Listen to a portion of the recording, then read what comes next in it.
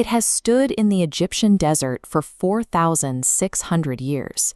The Great Pyramid's base is almost perfectly level, never deviating more than an inch across an area the size of 7 city blocks. And its 4 sides align exactly to the cardinal directions, north, south, east, and west, millennia before the compass was invented. The pharaoh Khufu commissioned this structure to house his immortality. He possessed the vast wealth of the Egyptian empire. He needed an impenetrable, eternal fortress to secure his body and his riches for the afterlife. To pull this off, Khufu appointed his half-brother, Hemiunu, a brilliant architect. Hemiunu was tasked with designing a structure grander than anything in existence, completing it before the pharaoh's body failed. He aimed for a strict deadline of 20 years. The sheer volume of material required is difficult to comprehend.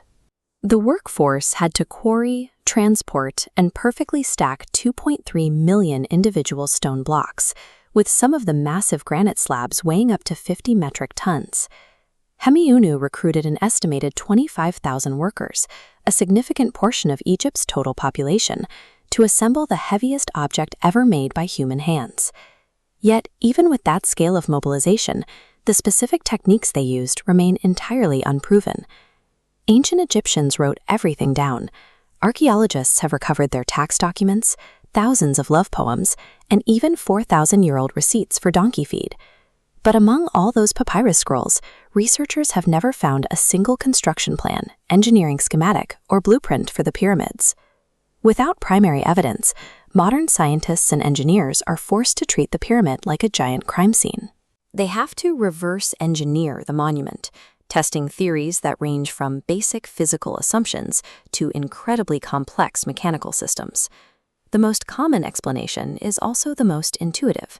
If you have a heavy rock and you need it to go up, you pull it up an angled ramp. But pulling stone blocks requires extreme physical exertion. Engineers calculate that the absolute steepest angle an average crew of 12 workers can haul a 2-ton block up is an 8% incline. Any steeper, and the labor becomes physically impossible. This diagram illustrates the mathematical flaw. To reach the pyramid's peak of 147 meters at a manageable 8% slope, the ramp would have to stretch over a kilometer long. It would require up to 3 times as much material as the entire pyramid itself. To solve this space issue, some propose a corkscrew design, wrapping a shorter ramp tightly around the exterior of the pyramid as it grows. But a wraparound ramp completely blocks the exterior faces. Surveyors need clear sightlines from the bottom to the top to ensure the massive triangular sides meet precisely. If your view is obstructed by a spiraling road, you end up with a crooked pyramid. The easiest logistical explanation simply fails at scale. Basic physics and geometry dictate that the builders needed a highly sophisticated method to reach the top. In the late 1990s, a French architect named Jean-Pierre Houdin proposed a radical alternative.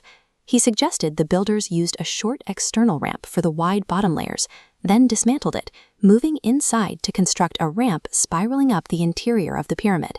This internal ramp makes sense for smaller blocks, but it doesn't explain the king's chamber. This room is built from pink granite monoliths weighing up to 50 tons. There simply wouldn't be enough space on an internal ramp for the hundreds of men needed to haul stones this large. To lift these specific stones, Houdin looked at the Grand Gallery. For centuries, archaeologists were puzzled by this unusually tall, narrow corridor, and specifically by the distinct stone benches running up both sides. This diagram demonstrates Houdin's solution. He realized the Grand Gallery could function like a machine. Those benches acted as rails for heavily weighted trolley carts. When the carts rolled down the gallery, ropes attached to them would hoist the massive granite beams up an external ramp on the other side. This perspective redefines the pyramid's most puzzling architectural features as essential functional components of an industrial-scale lifting machine. More recent research looks beyond the stone itself.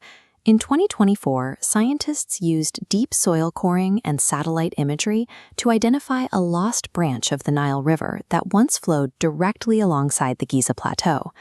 Archaeologists broadly agree the Egyptians used the river to float heavy stones from distant quarries right to the construction site.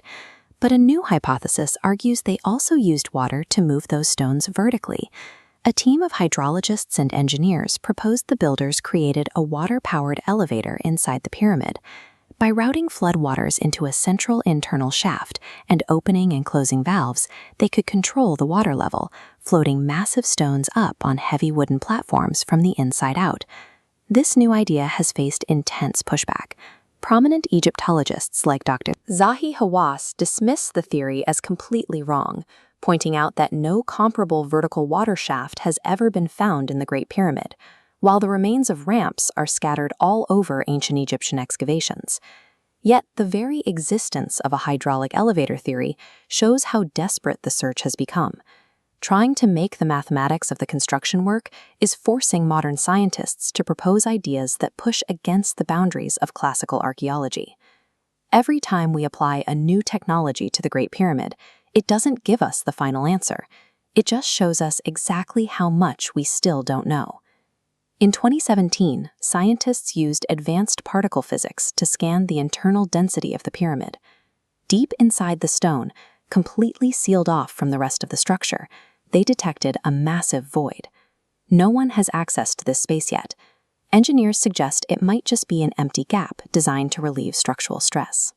Others think it could be a missing component of the Grand Gallery's counterweight system, or it could be the real King's Chamber, because despite centuries of exploration and tunneling, Khufu's mummy, along with the vast treasures meant to fund his afterlife, have never been found. The missing blueprints are an active invitation for modern engineering. After 46 centuries, Khufu's monument fulfills its original purpose, standing as a massive, stone-clad logic puzzle that continues to outsmart the researchers trying to reverse engineer its design.